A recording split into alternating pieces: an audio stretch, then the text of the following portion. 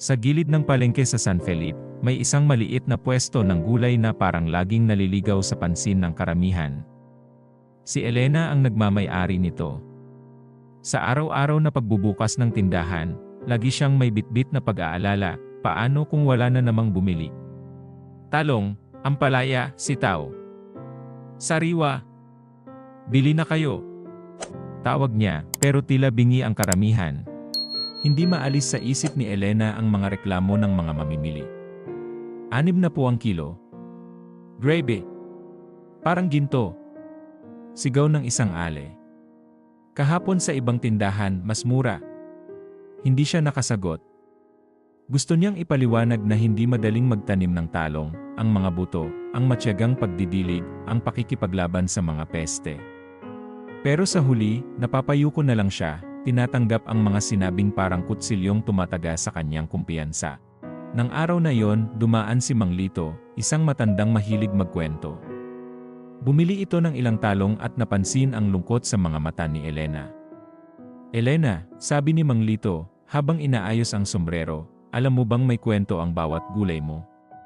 Napakunot ang noo ni Elena. Anong ibig niyong sabihin, Mang Lito? Halimbawa, itong talong. Bawat butil ng lupa na nilagay mo dyan, bawat patak ng pawis mo, bawat araw na inalagaan mo, lahat yan may kwento. Kaya kapag sinabing mahal ang presyo, tanungin mo sila, mahal ba? O hindi lang nila alam ang kwento ng hirap mo? Natigilan si Elena. Hindi niya kailanman tiningnan ang kanyang mga paninda sa ganitong paraan. Kinabukasan, inayos ni Elena ang kanyang pwesto na parang may bagong sigla. Sa tabi ng mga talong, nilagyan niya ng maliit na kartolina na nakasulat, ang talong na ito ay tanim sa pagmamahal, dilig ng tiyaga, at ani ng pawis. Suportahan ang lokal na magsasaka. Habang dumarating ang mga mamimili, hindi nila napigilang magbasa. Ang ilan ay ngumiti, ang iba'y nagtanong. Anong ibig sabihin nito, Elena? Tanong ng isa. Simple lang, Aling Tess, sagot ni Elena. Hindi lang po gulay ang binibili nyo. Binibili nyo rin ang kwento ng hirap ko bilang magsasaka.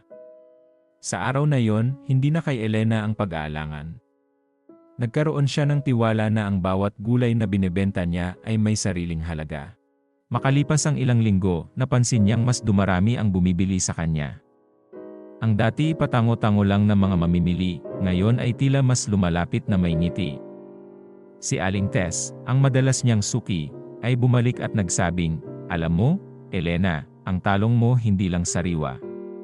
Para bang dama ko ang hirap mo sa bawat kilo. Kaya dito na lang ako. Habang pauwi, hawak ni Elena ang kaunting kinita. Hindi pa rin ito kalakihan, pero kakaiba ang pakiramdam niya. Hindi na siya si Elena na nahihiya sa presyo ng kanyang gulay. Siya na ngayon si Elena, ang magsasakang alam ang kanyang halaga. Aral sa kwento, ang halaga mo ay hindi nasusukat ng opinyon ng iba. Minsan, kailangan mo lang ipaalala sa sarili, at sa mundo na ang iyong ginagawa ay bunga ng hirap at pagmamahal. Maraming salamat po sa panunood. At samahan niyo po ako sa mga susunod pang kwento.